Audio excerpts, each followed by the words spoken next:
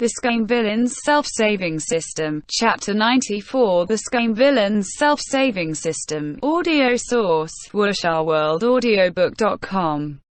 Chapter 94. The Scum Villain's Self-Saving System. Extra. Airplane's Fortuitous Encounter. Part 5. Looking at Bing Ji's current plain and hard-working life, not knowing the taste of meat for 3 years, Xiāng Tóngxiù couldn't help but feel sorry for his dear son. So, no brainless idiot would dare go up to him and ask for humiliation at this sort of time. In the business hall of the underground palace, each hurried about their own business. Xiāng, while sewing up that giant net of immortal binding cables blown apart by Xiāng Tóngxiù, stole looks at Luo Bing'er, occasionally biting her lip in dissatisfaction. Mo Beijun was taking a nap on the west end, eyes closed. Xiāng Tóngxiù shook his leg, idle to the point of agitation. He really didn't have anything to do and didn't want to come to the business hall. But this place was demon race territory. If he didn't stay within a step of Mo Beijun's, who could say if he wouldn't be swallowed whole by some other type of creature? Just when he wanted to crawl over to Mo Beijun and risk a beating to request his king move to a more tranquil place to nap, Luo Bing'er suddenly said one word.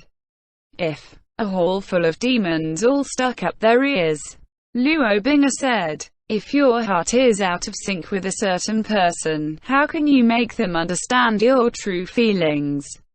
Poor Ice Brother 1. This really is the dying, turning to any doctor he can find." Though his question was entirely indirect, who couldn't tell that he was looking for romantic advice?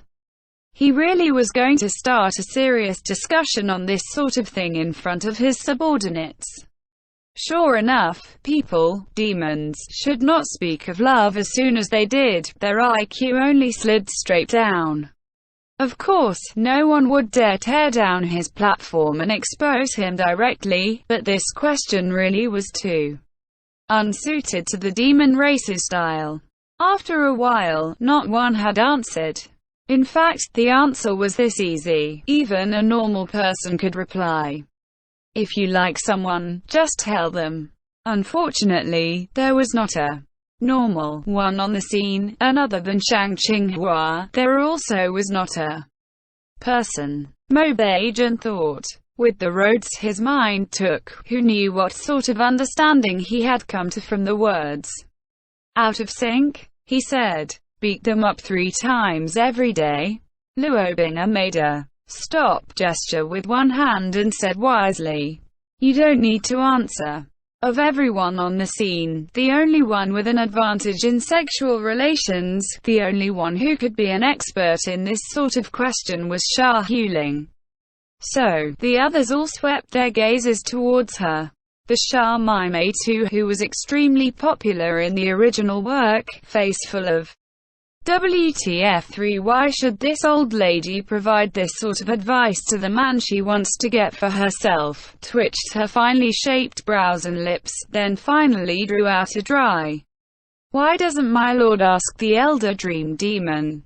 Luo Bing'er said, "I've already asked." What kind of shit answer the dream demon could give him? No one was clearer about this than Xiāng Tóngxiù. This one was the same as him, definitely of the just do them first type. Xiāng Tóngxiù couldn't resist letting out a poo-ha. Xiāng was just brooding about her stomach full of stifled emotions and nowhere to vent them out. Latching on to this, she erupted. "How audacious! What sort of thing are you? You not only dare to sneak into the business hall but even make a disturbance while my lord is discussing important matters." This type of question couldn't be called important matters, could it? And he had just let out one sound. How did that count as a disturbance? As this was not the first time Xiāng had picked on him, Xiāng Tóngxiù was already indifferent to this. He obediently sat in place, pretending he was a puff of air. As expected, Mo Beijun was unconcerned. Xiāng saw that no one paid attention to her and indignantly wrung her long fingernails. My lord, Mo Bei-jun brings him around every day. He's not subtle about it at all, bringing him into even the business hall. What is the meaning of this? Luo Bing'e was also unconcerned. You see him every day. Are you not used to it yet? Xia Huling was going to faint. This was the first time Bing Ji had expressed objections to his very existence in months. Immediately, Shang Qinghua started up an ecstatic internal chant of, "My son noticed me, he noticed me, ha." Unexpectedly, Luo Bing'e took a look at him, then said, "Since you laughed, does that mean you have something to say?" It's hard to explain in a few words. Xia Huling let out a ha, and said, "My lord asked well. Since he and Shen and humans are so familiar, he must have some remarkable and clever insight. All of us will listen with respectful attention." Shang Qinghua turned back to look at Mo Bei-jun sitting behind him. As expected, he had no intent to help him out of this situation, so he hardened his heart and said decisively, "Of course, I have something to say. The secret is in 2 words: be sticky. A fierce woman fears a sticky man, a brave hero fears a pampered woman. With enough labor, you can grind an iron bar into a needle. Even if he's as straight as an embroidery needle, you can still bend him into a paper clip." Xia Huling said, "What's straight and bent? Don't speak the human realm's dialect." "My lord, I think he's simply making it unnecessarily complicated." But Luo Bing'e was completely immersed in the situation. He muttered, "I'm still not sticky enough. Still not enough." Shang Qinghua babbled non-stop. Stickiness is the main tactic, but other than this true advice, there's another very important point you must consider. Gentlemen, you must know that women's love comes from admiration, and men's love comes from pity. The situation with women we will not discuss for now. I am convinced no woman would not be subdued under my lord's peerless godly power, elegant manner defying the heavens, and sincere affection, so we will only discuss the other situation. If you want a man to understand you, my lord, understand my lord's true feelings for and furthermore, respond in kind, then what should you do? It's quite easy. No man does not like a weak, cute, and docile partner. Then, what do I mean by cute? Cute means some person or thing which can evoke a heart's pity, so a partner definitely has to be very obedient, very. Bullshit and flattery flew in equal measure, and the crowd in the hall each peeped at Luo Bing'e, sitting high above. His face gloomy, pupils glowing red, murderous aura darkly rushing forth, the most vivid depiction of untouchability, dissatisfaction. The distance between him and the words, weak, cute, docile, obedient, was practically a heavenly moat. Xia Huling couldn't resist letting out a scoffing sound. Shang Qinghua hurriedly shut his mouth. Luo Bing'e rubbed his temple. Continue. Having been given official approval, Shang Qinghua continued to explain. He said mischievously, "I can take Shen Qingqiu as an example. This guy he's a straight man." "What does a straight man mean?" "Oh, a straight man is a normal man." "Of course, I'm not saying you are not normal, my lord. He very much values his dignity as a master and teacher. Teachers, all like students who do what they are told, so if you want him to like you, the first step would be to listen." A hall full of demons and beasts was practically scared stiff by his slip of the tongue. Xia Huling. Impudent. You mean to have my lord P pretend to be piteous and listen to him? My lord is a grand demon realm noble. How could he do this sort of shameless thing? That's right, that's precisely what I meant. Shasha, turn around and take a look at the thoughtful expression on your lord's face. Does he look like he thinks this sort of thing is shameless? Impassioned and vehement, mouth like a torrent from heaven down to earth, Shang Qinghua concluded his 20-minute-long consultation on love. Xia Huling had already throttled him to death with her eyes 10 million times, and as soon as Luo Bing'er left, Xiāng Qinghua hurriedly moved over by Mo Beijun, pressing close to seek shelter. Mo Beijun looked askance at him. So, if you want to be liked by a man, the best method is to act pathetic. Xiāng Qinghua thought. In theory, that should be correct. Mo Beijun reached out his hand. Thinking he would be beaten up again, Xiāng Qinghua hurriedly put his hands over his head. But the pain he expected never arrived. Mo Beijun only lightly tapped the top of his head. And afterward, seemingly in a bit of a good mood, he got up and started walking out of the business hall. Though Xiāng Qinghua was confused, he couldn't bear Xia Huling staring at him from the side, with a spicy gaze like a tiger watching its prey, so he hurried to catch up, taking 3 steps in 2. In the end, it was still a big ruckus. Migu Ridge, like he had first planned in his outline, exploded into flying sand and countless loose stones, roiling smoke and dust. And he performed a heroic feat on the way, saving Mo Beijun, who didn't know how to fly. When he grabbed that hand of his in mid-air, Xiāng Qinghua could clearly see the astonished disbelief in his eyes. Understandable. Mo Beijun definitely held the firm belief that Xiāng Qinghua was by his side solely to protect his little life, and his use was flattery, boasting, and venting anger or whatnot at most. If he met in any real danger, he would definitely be the first to run to save his own ass. To be honest, Xiāng Qinghua himself also held this firm belief. He dared say he himself was even more astonished, even more in disbelief than Mo Beijun. Ever since then, perhaps because protecting one's master was meritorious and he had demonstrated his good intentions. His wages, material benefits, treatment, and whatnot had all improved, and he was permitted to return to Kangqiong Mountain and look around his old home. Yue Jingyuan, the great philanthropist, disregarded all bygones to permit him to return to Anding Peak and continue to be a reputable peak lord. These days in the leisure house, Xiāng Qinghua was truly bored to agitation for the first time. After cracking 1/2 kilogram of melon seeds, he suddenly realized that the system had not made a sound in quite a while. For once, Xiāng Qinghua took the initiative to poke the system. The system gave him an earth-shattering response. System, objective accomplished. Downloading return home function. Xiāng Qinghua. After a moment, he began to furiously shake the system's completely non-existent shoulders. Objective accomplished. Return home function. What return home function? Is it the one I'm thinking of? System DAR5, this is the first time you've said this much, can you say a bit more, I'm begging you, quick. System, basic accomplishment of proud immortal demon way, S original outline, slight deviation of romance plot, objective accomplished.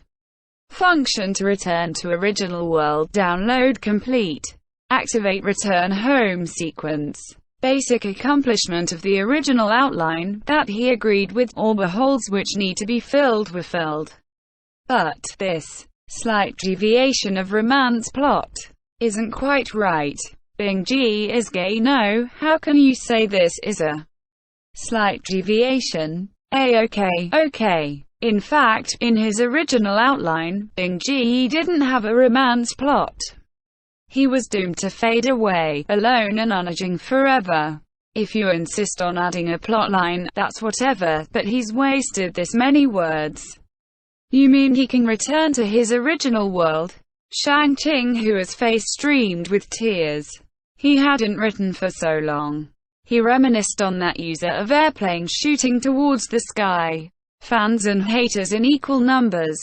Reminisced on that crowd of trolls in the review sections. Reminisced on fighting in the trenches for tips. reminisced on that laptop he had used since his first year of university, always crashing and screwing him over, and the giant video files in the hard drive, you understand. And there was the spectacular pile of boxes and boxes of instant noodles behind his rotating chair, the newest flavor he hadn't gotten the chance to taste after buying it at wholesale price. A dialog box popped up on the system. Function download complete. Activate. Afterwards, two differently colored buttons followed. whooshworldaudio.com. Yes, next time. Xiāng Tóngxiù had a powerful urge to press that red button on the left. But something stopped his hand. In fact, he didn't really have any family on that side. His parents had divorced early, each going their separate ways, and each had long made an all-new family. They would occasionally get together for a meal, but no matter on which side, he always felt his own presence was extremely conspicuous. Politely picking up food and politely giving a subservient smile, the meals were even more formal than eating with real strangers. Even though his father was his legal guardian. When they weren't face-to-face, other than a few phone calls on the New Year and holidays, or asking him if he need money, the two didn't have any more contact.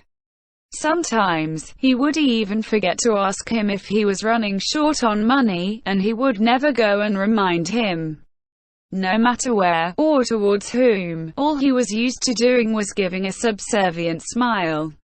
Since he was an adult, though there was no way around for them to not pay his university tuition, he still had to find some method to pay his own cost of living.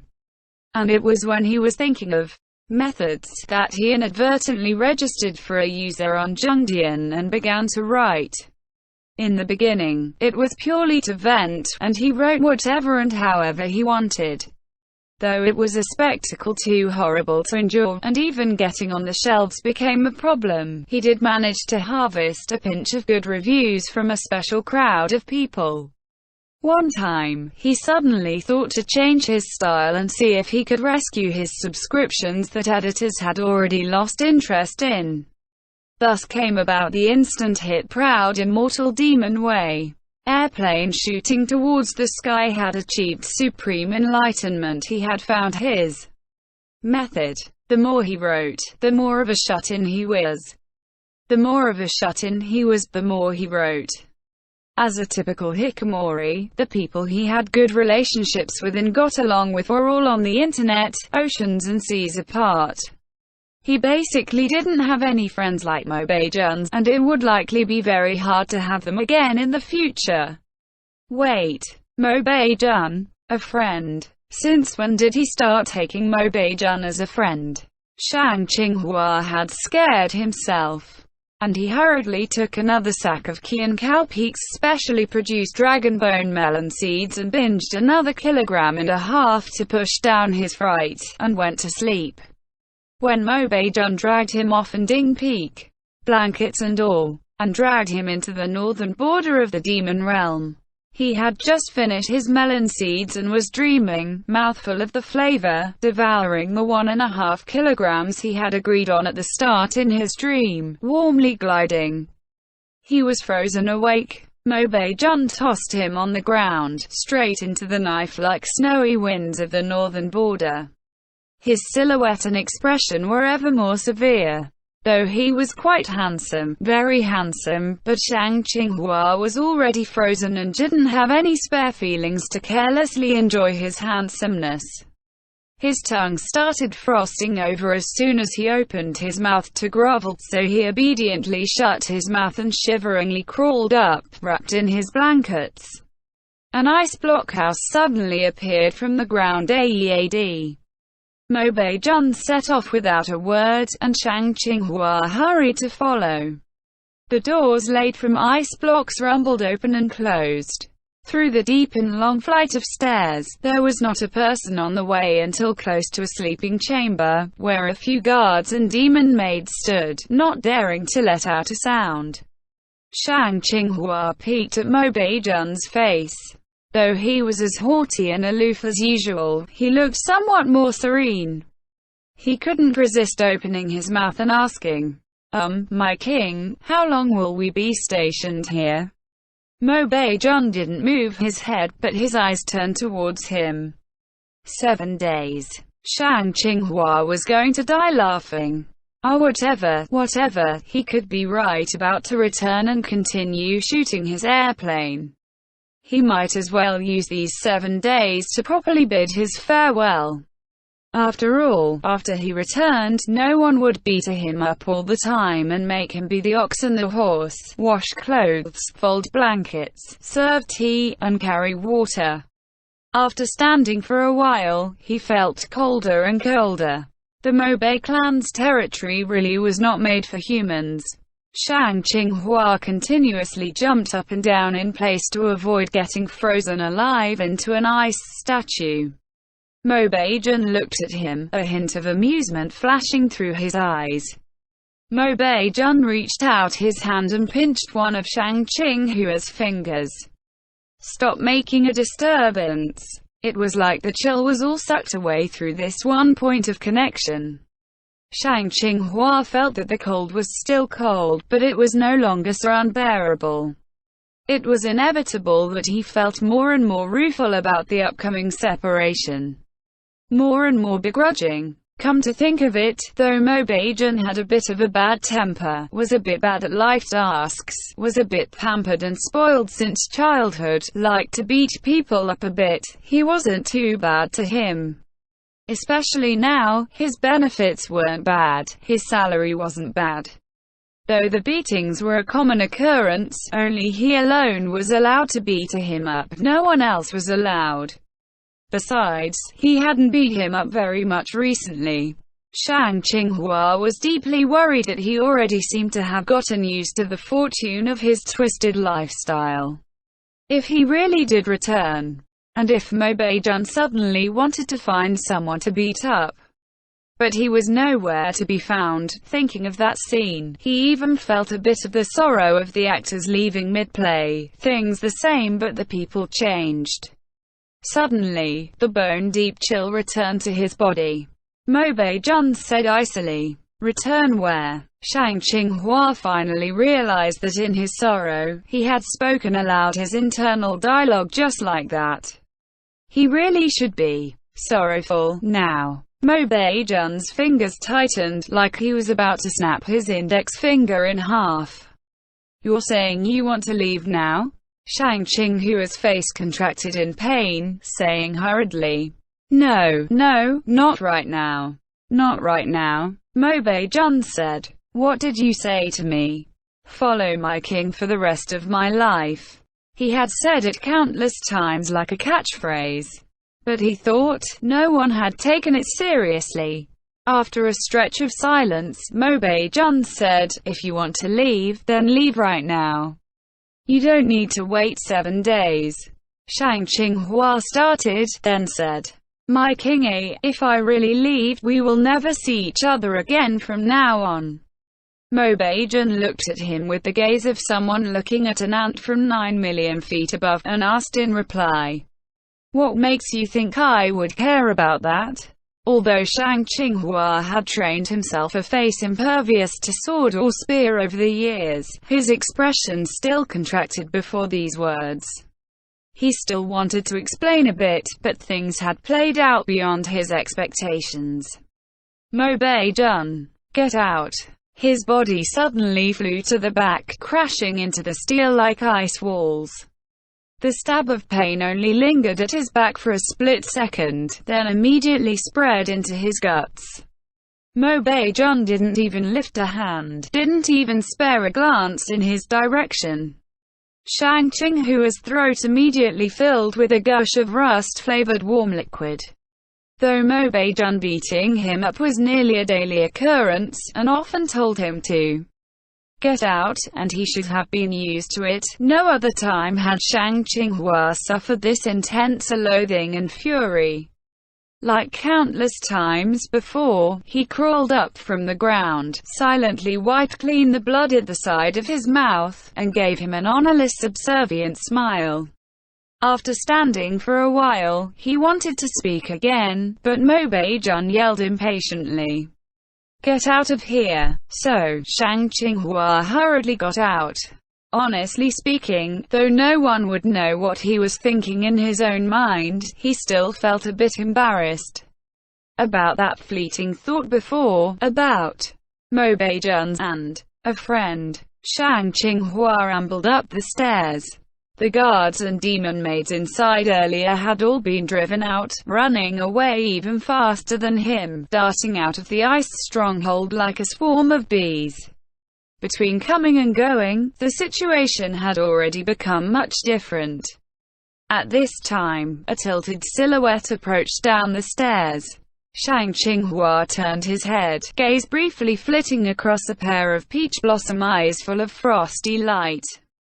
Though this pair of eyes didn't take him in, Xiāng Tóngxiù was sent into a shudder, his heels sticking to the steps. Furtively, he then turned right back. End chapter.